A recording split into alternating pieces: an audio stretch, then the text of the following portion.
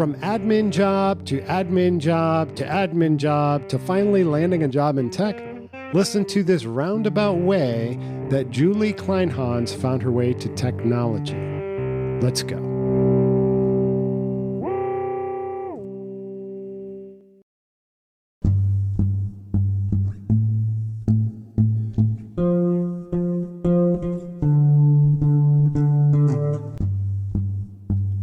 You are listening to the IT Path Podcast. I'm your host, Dana Morrison. Let's go and help you claim your journey into IT.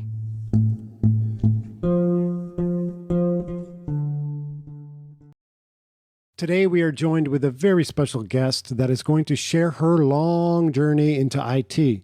She will talk about how she believes it is something that God planted in her spirit to do.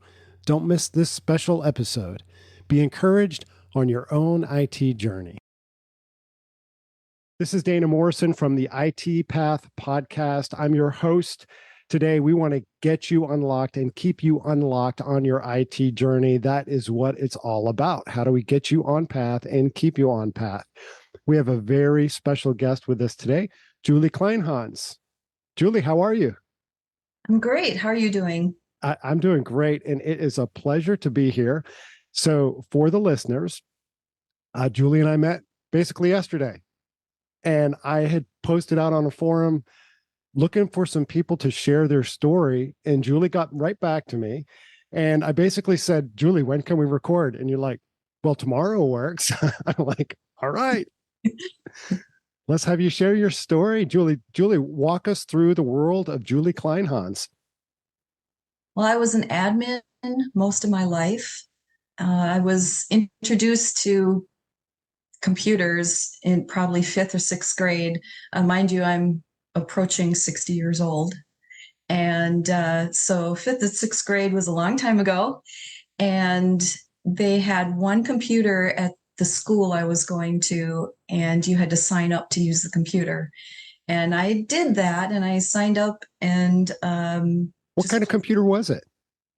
I don't even know, but I do remember that you had to dial a phone number, and then you put the handset into the modem, and then it would squeal, and a couple minutes later connect, and then I would get on the computer and play Oregon Trail. That was the only thing I did, because that was the only game. That was all I was interested in at the time.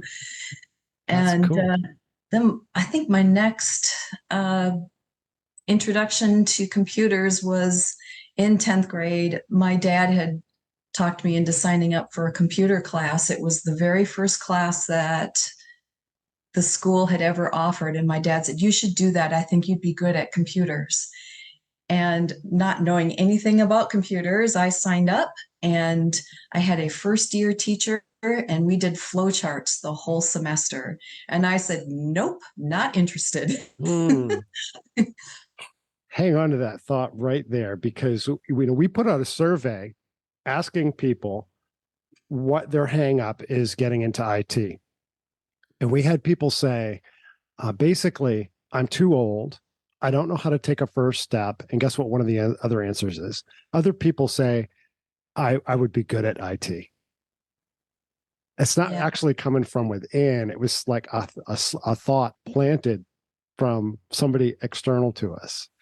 And sometimes they're identifying some skill that we actually do have, but sometimes, it's just like ends up being a distraction. It's not really how we're wired, but that's interesting to hear you say that. It reminded me of that survey. Continue on. Yes. So I did not pursue computers, and I went into college, and I really didn't know what I wanted to do. And I ended up getting a 2-year degree, and then getting my MRS degree, my Mrs. degree. I got married, and got a job as a typist, because I was a fast typist, which led to other admin jobs. And I switched around quite a bit. When I was in college, though, I think my first computer job was just doing data entry part-time. And there was a room that I could see into that had it housed the entire computer. It was huge. But all I did was data entry. And so that Wow. was kind of my first job with it. And then after I got married, um, I worked doing some admin type jobs. And then I got a job in 1987 working in the advertising department for a magazine. Mm. And uh, that was great fun. Can you say what the magazine was? It was North American Hunter. Oh, nice. Uh, I And it I was very love fun. I love hunting. I'm not very good at it, and I'm here in North Carolina, and it's not like in Maine. I moved here from Maine, and I used to just love to walk the woods. I really love to walk the woods more than shoot things, I guess. I just love to be in the woods. Yeah, I've never even handled a gun myself, but I really enjoyed being part of the magazine, and reading the articles were very interesting to me. And but my job was making sure that the ads got in the right place in the Uh, magazine. And we had a mainframe computer when I was first hired, and you had a terminal at every desk. okay, now people are not going to understand this. You're laying some groundwork for some. I mean, this is great stuff. When when the computer industry started, everybody just thinks, oh, it was just all home computers. And then we just gradually moved smaller and smaller into the phone. But you have to start with stuff that was the size of a garage in order Yeah, to get there. yeah, And stuff that was running at probably 8 or 16 megahertz. Early on, and then gradually got faster into the gigahertz. Yes, I said megahertz. People don't understand. You got to get this to scale now. So huge rooms of computers, and the storage was super large and expensive. So it's not like these little microchips that we have now.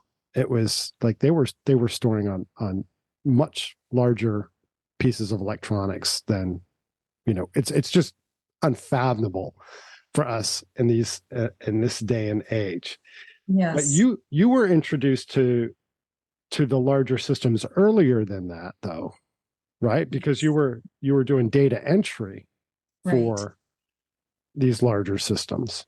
And is this role a data entry role? It wasn't, no, it was an admin job. Okay. So making sure the ads got in the right place, and there was typing and doing uh, marketing books, putting those together, letters, things So like that. when you say admin, you don't mean anything related to IT No, necessarily. You're just meaning no, admin in general, like an office admin. right. Yeah, gotcha. Yeah.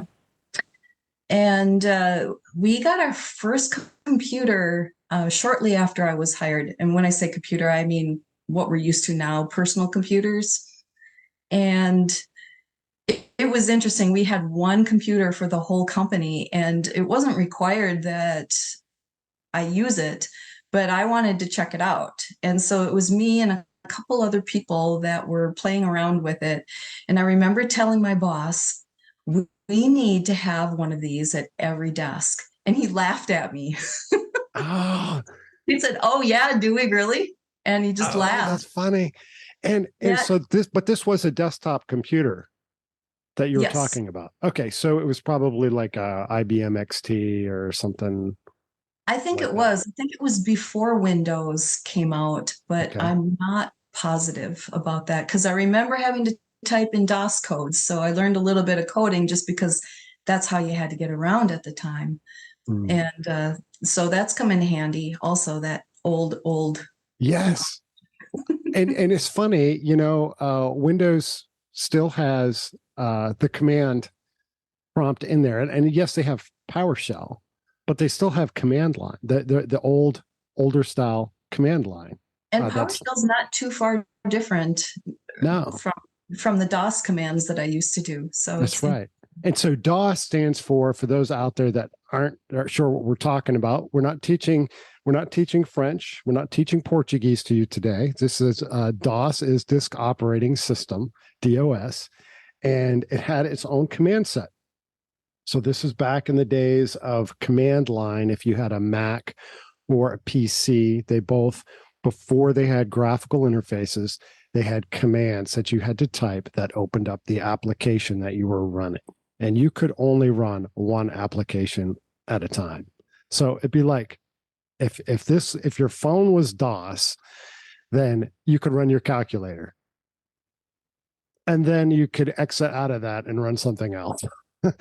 You couldn't have multiple apps open at the same time. That did not work that way until like started to get into Windows 3.1. Well, Windows could, but it was actually task switching back and forth. But then anyway, so I get on a rabbit trail easy because I love the old tech. As a matter of fact, sitting right next to me, you talked about the modem. Sitting right next to me, I have an old Commodore 64 VIC modem, 300 baud, not even a kilobit. So continue with your story, Julie. So it didn't take too much longer, a couple of years maybe, and everybody did have a personal computer at their desk. And as they were upgrading computers, I would purchase the old one and bring it home and play with it at home. And they let you do that. They let you purchase the older machines, and yes, very cool. So your first computer at home was a hand-me-down from work. Yes. Okay. Yep. Yes. And so once we all had computers at our desk, then we needed an advertising computer program. And so my boss found something that he thought would work well for us and purchased it, and then had the trainer from the company come out and train me on how to use it. And then I trained others. And I just had a whole lot of fun with it. Learning the new software was always fun and came pretty easy to me. Do you remember what software it was? Adaware, I think. Wow. Now when we talk about adware, we're talking about bad stuff. Oh, but as you said, adaware. I think. Yeah, I could be wrong, but there was boy, in those early days, there was early versions of PageMaker. Does that ring a bell with you? yes, I've used PageMaker. Yes, PageMaker. Yes. That was from a company called FileMaker, right? FileMaker also had PageMaker. FileMaker made a database, some database stuff. There was PageMaker. Yeah. Well, cool. So you're working around with and this is now you'd run the program, and it wouldn't just be like this command line interface anymore. You were running the program, and it was like a graphical. You were in a graphical interface. You're able to now work with page layouts and things like that to do your job. There wasn't any page layouts. It was more data entry of the ads so that we knew what pages they would go on. Was it upper right corner, lower left, a full page, whatever it might be. And I still did the page layout kind of manual. Well, that's cool though. So the data entry side was like what people had paid for and what that fit, how that fit in the rest of the page, even though you didn't necessarily see the page layout yourself at that time. You were just kind of like making sure they were getting coded correctly to go in the right places. And that the ads were being paid for before the magazine ran. Gotcha. And it was maybe a few years after that I switched departments, and I was then tracking the marketing that was going out of the company. And it was a lot of, I called myself the company nag, because I had to check up on everybody else to make sure that they were making their deadlines. And it really wasn't my thing. Although I did get to help out the art department because they were really bottlenecked with all the stuff that they got to do. And I got to learn PageMaker, and that was really fun. Do you like puzzles? Depends. I like playing Sudoku. Okay. It's kind of like that analytical mindset, it seems like, liking to solve a problem. I am a huge, I'm not like big into like a lot of puzzles. I don't have like a lot of puzzles sitting around my desk or anything like that, but it's always like the mental game of trying to figure out how to solve a particular kind of problem that nobody else has solved it before. And you were doing that with what you were doing because nobody was really using these computers. Like you had the one at your office, but then trying to figure out how to merge like what you're doing as an admin with the technology to like leverage it. Does that describe how you thought about it? Yeah, I wanted to see what the computer could do for me in my job, and I was able to learn WordPerfect. I think it was at the time, um, and then as it, I decided to start looking for a different job, and I found a job where it was heavy using Word, Excel, and I think it was PowerPoint, but it was on a Mac. And I had never used a Mac before, but I had experience with WordPerfect. So I went in and you had to take a test in order to get the job. And I passed the test. I think I had done some online training or something. I found some how-tos online and learned enough to pass the test. And what year was this? Probably 94. Okay, so when you say you found some training online, when people say, "Oh, which you just looked up some YouTube videos," and people don't know YouTube didn't exist. No. I might not be remembering that correctly because it's possible we had gotten Word at work and I just opened it and started playing with it and Right. learned enough that I could get by. Gotcha. So why the transition though? You were doing the ad thing. Was there something like just didn't fit right, or why transition out of that job and look for something different at the time? Well, when I had changed departments, I just wasn't happy doing the kind of work that I was doing, where I had to just basically, um, I think it was ad production or marketing production. It was to make sure the direct mail pieces got out on time. And um, all of those tracking details, there wasn't really a system for it. And it just wasn't in my strength. And I didn't feel comfortable bothering people to make sure they got their job done when it was due. Knowing people were doing the best they could, I just didn't enjoy doing it. So I decided it was time to move on. And I ended up working for a company in downtown Minneapolis that was a consulting firm. And they were really heavy into, my title was desktop publisher, although it really, or maybe it was word processor. But anyway, it was very heavy into the Word, Microsoft Word program. And I got a lot of in-depth training and learned how to do if statements and merges. And it was much more complicated back then than it is now. You actually create code into the Word document. Wait, if statements inside the document. Yes. Now I know the mail merge thing. The mail merge has been around for a long time. Is that what you mean when you say merge? Mm-hmm. Yep. So you're basically using the mail merge. You're squeezing more out of it by using some conditions to get you some various outputs. We would merge it with an Excel spreadsheet so that we could. It was a healthcare plan that we were putting together, and so it had to be individualized. Oh. And so we had data in the Excel spreadsheet that had to be merged with the Word document. So if female put miss, if male put Mr., that things kind like of that. Yeah. Yep. And but it was more column specific, so the data was entered into the Excel spreadsheet, and so you would just put parentheses, merge field, title, and then it would be equals, and then title, something like that. Right.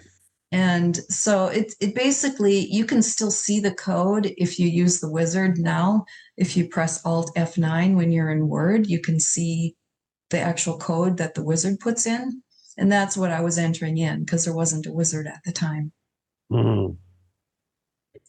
So did you find that you were like doing things with Microsoft Word with this feature that like really nobody else that you knew of was doing? Or did you find others that were doing the same things? Well, we had several different departments. So within the company, there were other people that were doing it. And I did enjoy doing it, but I switched jobs after 3 years and got another admin job downtown Minneapolis. And it was for Piper Jaffray. And I remember on my first day, the young woman who was training me in was working on a Word document, and she was struggling with the header. And she would change it on the first page, and then she would go to the next page, and it was the same as the other page, and she would change it there, and then she'd go back, and it would change the other page too. And I was sitting there thinking, oh my goodness, do I tell her how to fix that? Or do I just keep my mouth shut? Because she's supposed to be training me. Oh no. And So, so yeah, you knew more about it than she did. yeah, just the technical part of it. Mm. And she turned and looked at me and she said, I suppose you know how to do this, don't you? And I said, yes. So I showed her how to do it, and she hated me after that. But Smarty pants. yeah. And I found that at a lot of the jobs that I worked at, that people would come to me to ask software questions. How do you do this? And I was at that job for about 1.5 years, and then got another admin job. And you can kind of see a history. I liked what I was doing, but I would get bored kind of quickly and just want to move on, learn something new. And so this next job that I got was with a small consulting firm. And the day I was hired, I learned, I asked, how many clients do you have? Because they were small. I think they were like a 10-person office. And they said, well, we have Cargill, and then we have like 3 or 4 other clients. And I was like, oh, that sounds a little dangerous. She said, oh, but we've got lots of the different departments of Cargill. So it's actually like many clients. But they started losing different departments within Cargill. And I saw the writing on the wall. And I decided, I better do something. And I decided to start my own side business just in case something happened to my job. But first, I went back to school and got an A+ certification. Gotcha. I just had enough people ask me questions. I thought, I should just go into computers. All right. We're going to transition into computers. You're finding out that there's certain things that don't fit for some reason. You're trying to figure out where your fit is in IT. We're going to take a break, and then we're going to come right back. And Julie, we're going to hear the rest of your story, this adventure that you're on. All right. Stay tuned, folks. Hey, this is Dana Morrison, host of the IT Path podcast, and I hope you are enjoying this week's episode. Are you interested in getting into IT? Let me ask you one simple question. What is holding you back? IT Path is dedicated to developing a community, content, and courses that will help you get unlocked and stay unlocked on your IT journey. I have more than 25 years experience in IT, and I want to share with you what I've learned and give you the tools to succeed on your very own IT path. Even if you are just starting out on your IT journey, we are here for you. To find out more, simply go to itpath.net and sign up for the mailing list, and we will start by sharing some tips, tricks, and tools to help you get going and keep you going. Go to itpath.net and claim your journey. Start your IT path today. Thank you so much, and let's get back to the episode.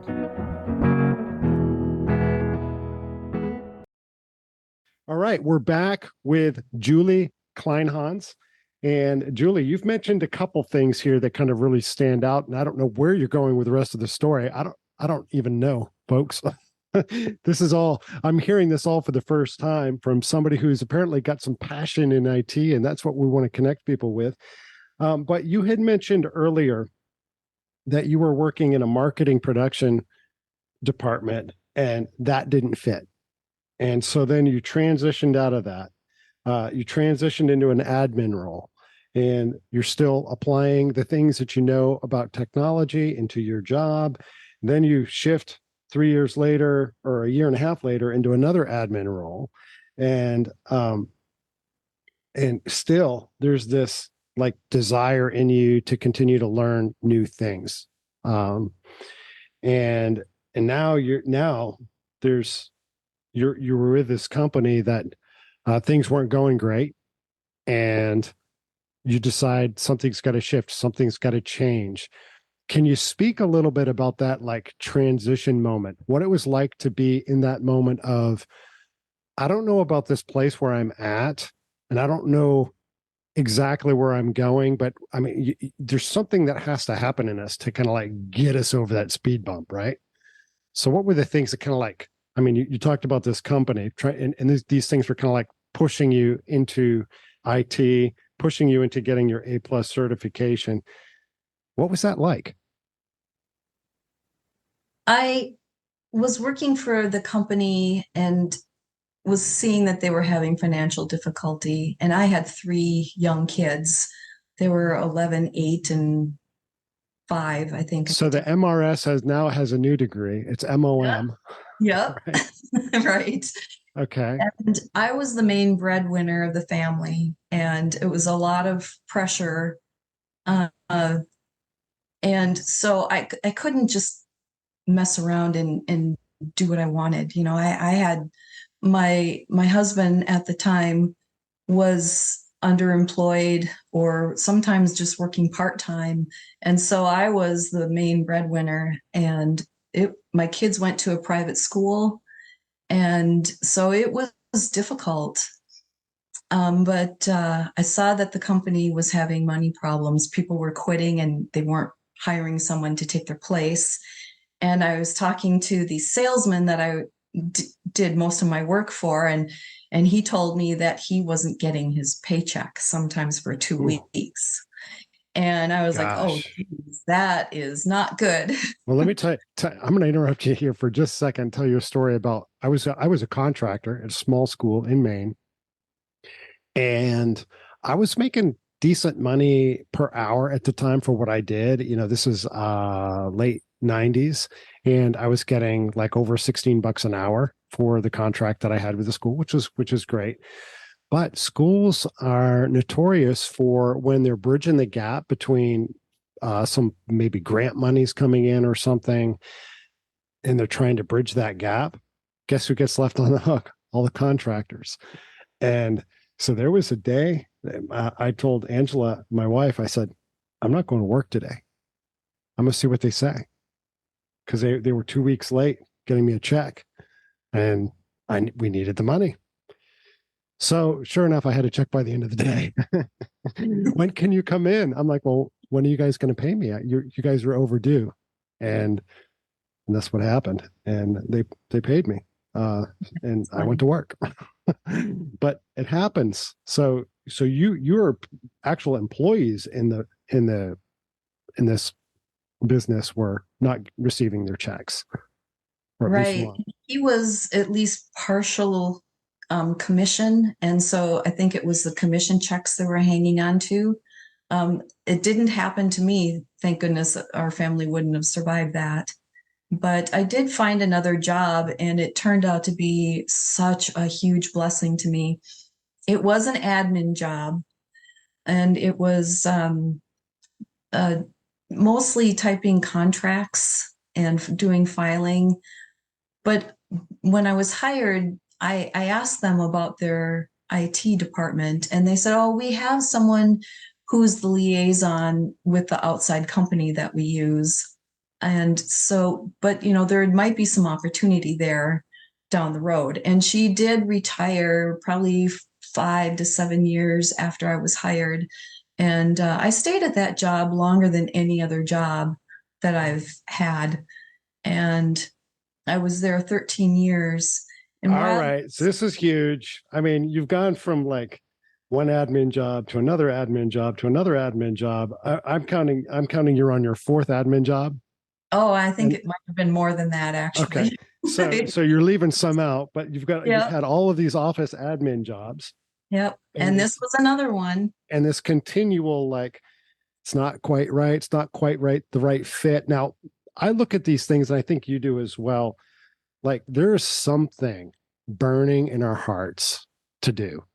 And I look at it as saying, like, I'm wired by God to do this. Now, I don't know how people without faith get through that, but I look at it like I am wired by God for something specific. I am wired by God to get into IT when I got into IT. It was part of his design and his plan is how I look at it. And for us to ignore, to suppress that feeling that we have, that joy that we get when we're pursuing the thing that's been implanted in us, when we suppress that, that's when we're the imposter. We become the imposter in the other role. So it sounds like you're doing all these admin jobs, but it's not actually like resonating from this, what's in you. And now all of a sudden you get into this role, you're there for 13 years. What was it different now at this time, Julie, to stay in the same place for 13 years? It was a 10-person company, again, a little family-owned company. And I had brought with me some of the complex Word documents and PowerPoint presentations that I had done in the past. And I got the job, and they hired me at a really good salary. And I saw the kinds of output that they were doing, and I was like, oh, we can improve this so much. And so I redid all of their documents and I created templates to make it easier to create new ones. And I have to go back a little bit because my church had made an announcement at some point and asking for someone who could help them create a website. Probably in the 90s sometime. I'm not sure exactly when. Wow. So this is like early HTML days. It was very early. And I walked up to the pastor and I said that I was willing to do it. I'd never done it before, but I was willing to learn it and do it. And he said, oh, thanks, but we have someone who's done it before and they have volunteered to do it. And I said, okay. And a couple months later, he came to me and he said, they don't have time to do it. Can you give it a try? I was like, of course, if you're making websites and then in the late 90s, of course you don't have time to do anything volunteer because everybody wants a website. Yeah. So I was looking at some of the other church websites, and down at the bottom of one of them was a link that said, contact the webmaster. So I clicked on it. I sent him an email and I said, how do you make this? I want to make one for my church. And he contacted me and he said, I'll show you how to do it. And I went over to his house on a Saturday and he showed me how to code HTML and create a website. And I bought a book to help me with some coding commands.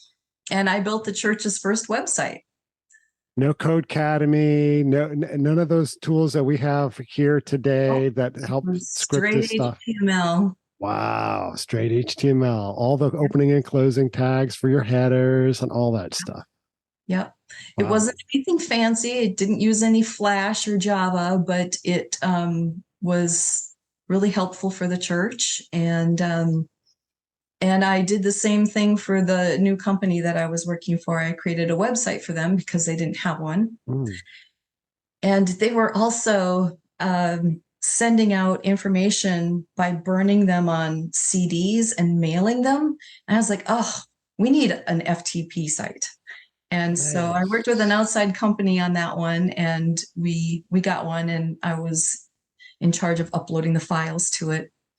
And they also they used an Excel spreadsheet to track when contracts went out for signing, when they came back in, signed, and then when we did the counter signature and mailed it back out again. And it was all done on an Excel spreadsheet and tracked that way. And it was really cumbersome. So I created an Access database, had to learn how to do that Wow. first. That's so cool. People don't know, a lot of people don't know what an Access database is. It was one of Microsoft's product. If you had Microsoft Office Professional, you would get Word, Excel, PowerPoint, Access, And Publisher. and Publisher. I knew I was missing one. I couldn't think of that, Yep. what the fifth one was. And Publisher. And Access, you could create, and I think this only worked on PC, but in Access, you could create a database, and it was, you could do a whole front end GUI on top of. I actually used in early 2000s, I made an Access database for a missions trip to Nepal, where we were providing medical care in very remote places, and they want to be able to track what medicines they gave. And I'd never done it before. We were probably doing Access databases around the same time, Julie. Yeah, sounds like it. Yeah. Yeah, and I also did one for a nonprofit company that I was working for, or volunteering for. I volunteered for 2 different nonprofit organizations, and one of them I was actually paid a small amount. I was a publicity director. It started out with just helping out with the brochure for the Celebration of Life ball. And the director said he would really like me to be the publicity director. And I said, oh, I don't know how to do that. And he said, well, I'll help you. I was like, okay. So he mentored me, and he was wonderful, very helpful, and very supportive, encouraging. And so I created newsletters for them using Publisher, and also did the same for the other nonprofit that I volunteered for. And so, yeah, I was doing that in my spare time. Okay. So you used another keyword here, mentor. We talk about transitions, mentors. I always listen for those kinds of things in people's stories when, they transition from work, and when somebody else is involved in their life that starts pouring into them like somebody poured into for you. I learned most of what I do in tech on my own, but there's a few very key people that took time and invested in me, right? They took me aside and basically said, hey, this is how you do. I worked in IT in a lot of K-12 environments.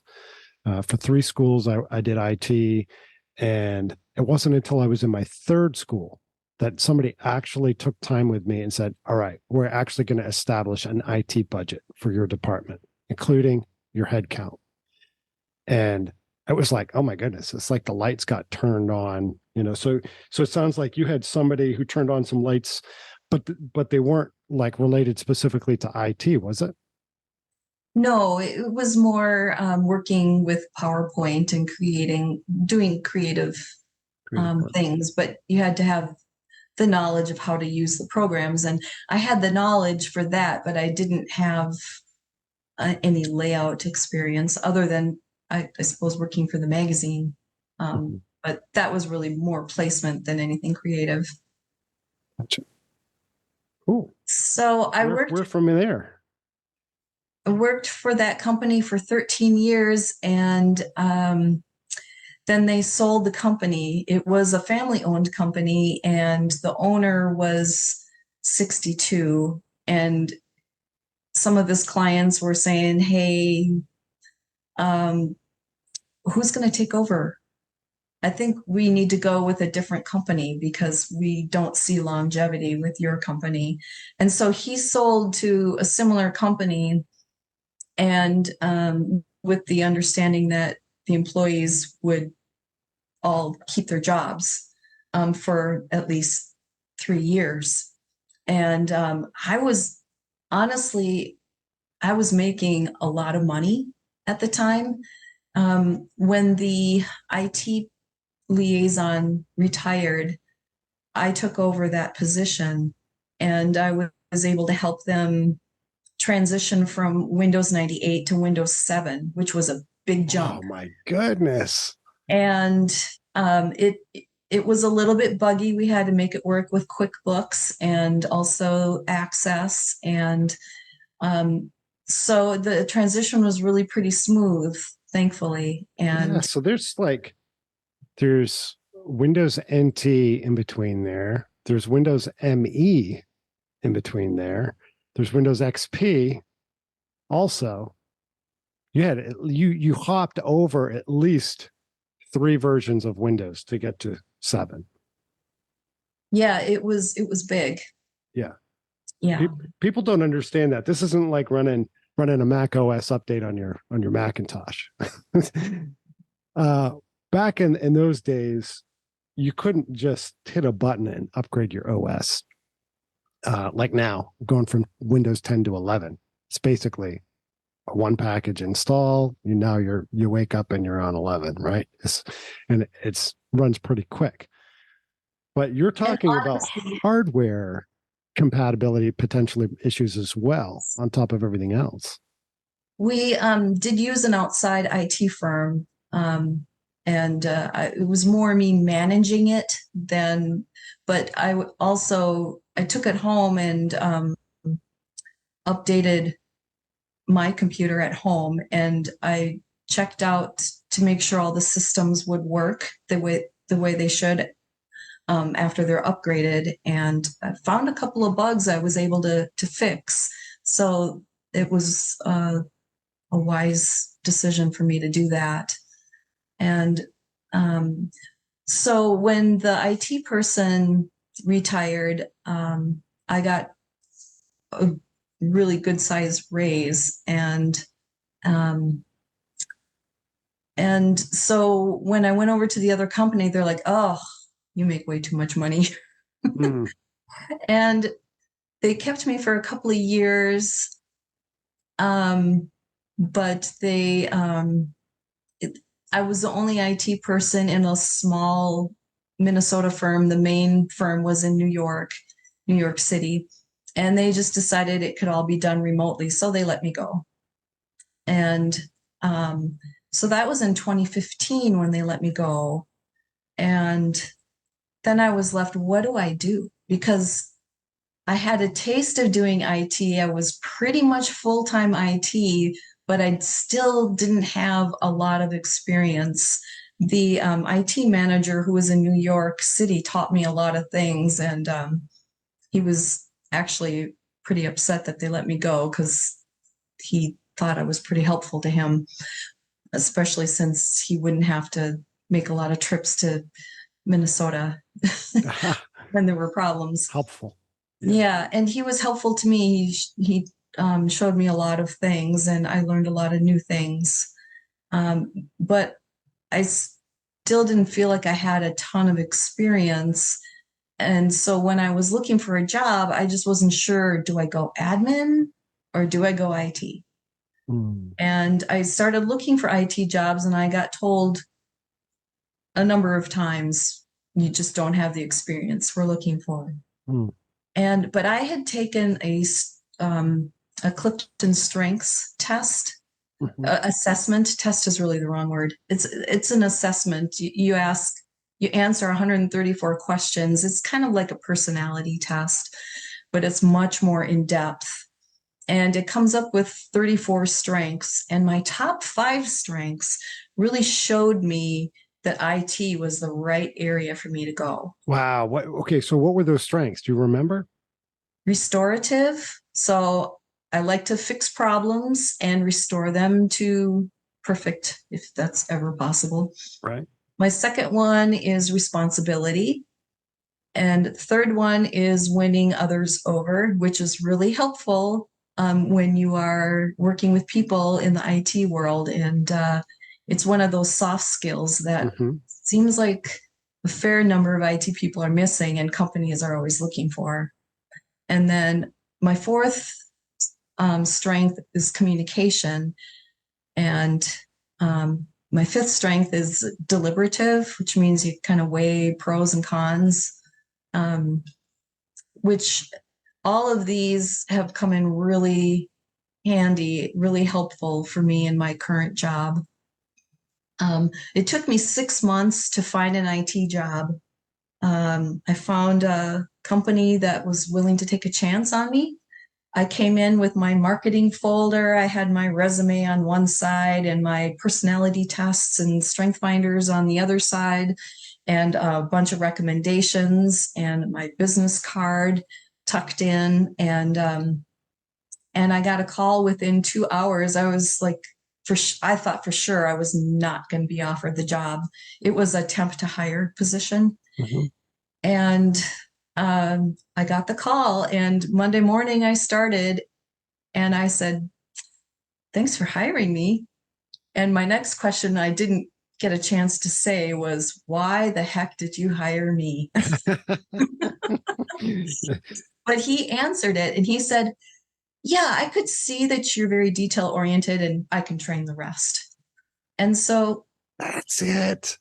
he took a chance on me, and I worked there for over 5 years.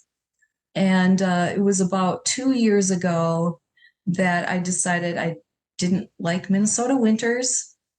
And my husband and I decided to move to Arizona. And but I had to have a job first. And it's kind of a specialty niche that I'm in, because I did learn a lot in my last job in Minnesota, but to say that I'm a technological genius is far from the truth. And I knew it would take a special job. And I found a job at a 45-person law firm. I'm the only IT person, so I manage the department, but I have an outside IT firm that I work with. So the more difficult things they take care of. And I work with them and manage the whole department, which is perfect when you look at my top 5 strengths. You know, with wanting to fix things and being responsible, they can trust me to make sure that even if I don't know the answer, I can get the answer and get it taken care of. And then winning others over is really important because people are never happy when they call me. And the communication is great.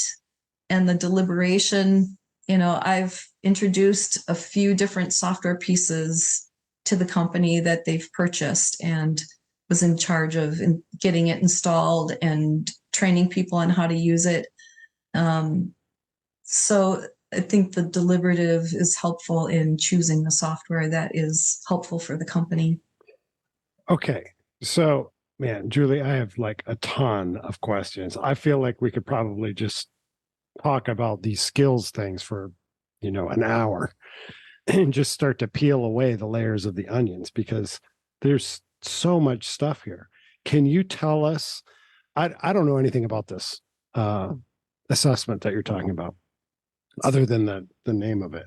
So, are these skills that we tend to naturally have that we develop over time, or is this like, are these things that maybe we don't have this at all and it develops over time, or what's the deal with these? They're really God-given strengths, and they're finding it's a Gallup company, and Clifton Strengths has been around for a long time. It used to be called Strength Finders. Mm-hmm. And they have found that if you take the test when you're young and then you take it again years later, it really doesn't change. You might have a little bit of variation between maybe your top 8 is now your top 5, or the one that was in 8th place is now a 5, but they really don't change much. And it's really more about who God made you to be. Mm. And it was so helpful to me that my husband and my husband's been a counselor for over 25 years and a coach. And so we have launched a new company called Strengths for Life. And we use the number 4 instead of FOR. Okay. Strengths, the number 4, life.com. .com. And we help people not only take the assessment, but analyze it and show you how it can be useful for you. For instance, it's not just for work. For me, knowing that restorative is my number 1 strength, there's a shadow side to that, in that I have to be careful not to try to fix everyone and everything. And knowing that strength and the shadow side has been helpful to me, because sometimes I have to tell myself, hold your tongue. And then same with responsibility. Sometimes it means I take on too much, and that my husband keeps me in check there. So you got to be careful not to be like the Saturday Night Live character that was in the computer room, and anytime somebody would raise their hand and they had a computer problem, he'd be like, move, and sit down in their place and solve their problem. I can't remember who the who played the part, but Chris Farley and a bunch of those guys were in those sketches, and he was just always like solving somebody else's problem. But you're saying that's the danger, like you can become that kind of person that wants to solve everybody else's issue. Yes. Mm-hmm. Gotcha. Yeah. And so knowing that, has helped me temper that in me. And it's really helped me get along with other people a lot better. This has been great. I want to make sure I don't cut off anything that you want to share with us today, Julie. Is there anything else you would share with us? No, I think that we covered everything that I was hoping to cover. That's great. And if people want to get in touch, you know what? I have some questions. Okay. You know how people often talk about, 9/11, and they say, where were you on 9/11? In the tech industry, if you're around at the time, it's where were you at Y2K? Yes, I was working. I think I was working at Piper Jaffray at that time. And yes, there were concerns about that with the computer, but it all seemed to work fine. I was never too worried about it. But yeah. So let's pivot here. What would you tell someone right now that wants to get into tech but needs a little bit of encouragement to take their first step? What would you tell them? Just do it, just like Nike said. Just do it. And really, if it's something you find fun, there's online courses you can take, tutorials. There's people who will partner with you. Right now, I am in the process of learning how to create a YouTube channel so that we can further our Strengths for Life business. And I want to get on YouTube, but I haven't done it before, and I want to do it the right way. And so I am paying $19 a month, and someone is helping me to learn that. I'm in that same program you are, Julie. Oh, I think so. Kevin's? Yes. Kevin Crow. It is, a free shout out to Kevin Crow. It is, I at first thought when I saw it, I wanted to say it's Tubataz. It's actually Tube A to Z. Yes. TubeA2Z.com. So you can go to TubeA2Z.com if you want to learn how he kind of helps you get to your first 1,000 subscribers, which is really cool. Mm-hmm. So those strengths, you kind of like that action to take your first step into tech.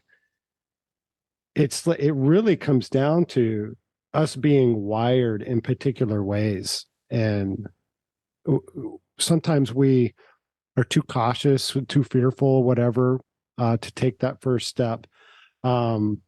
I appreciate you specifically talking about those Clifton strengths. I'm gonna look that up because I feel like I probably align with you on some of these strengths because the way where I find myself solving problems and everything. But it And now, we have an analyzing tool for the Clifton strengths because okay, just knowing them and getting the description of who you are, it's helpful. But to get we have an assessment tool that puts it into 8 different categories so that you can kind of see what types of strengths what categories they fall into. It can be cool. helpful. That's great. Um, let's say you have, Julie, somebody hands to you a special time machine megaphone that you can speak to Julie from 25 years ago. What do you tell yourself, Julie, in that special time machine megaphone? Just that everything has a way of turning out. My mom used to say that to me, and I would roll my eyes because I was nervous about this or that. But things do just have a way of working themselves out, and just try it. Yeah, try it. All right. So you heard it from Julie. She says, try it, go do it. We want you to get on your IT path. We want you to get unlocked, keep moving forward, to take a step, to forget the voices in your head that are lying to you, that are telling you you can't do it, you're too stupid. You just, there's so many lies that we end up building up these walls that prevent us from taking our steps forward. We've been talking with Julie Kleinhans today. Julie, where can people reach you and where can people learn more about Strengths for Life? You gave the website, strengthsforlife.com. Is there anything else that they need to know? Nope, there's a contact form right there on the Contact Us page, or you can also send us an email at strengthsforlife@outlook.com. Strengthsforlife@outlook.com. And that's the And again, number it's 4. number 4. Yep. Awesome. Thank you so much, Julie. Thank you for being here. Thank you. You have been listening to the IT Path podcast. Did you like this episode? Why not subscribe and share with others? IT Path is dedicated to helping you claim your IT journey. You can find out more at itpath.net.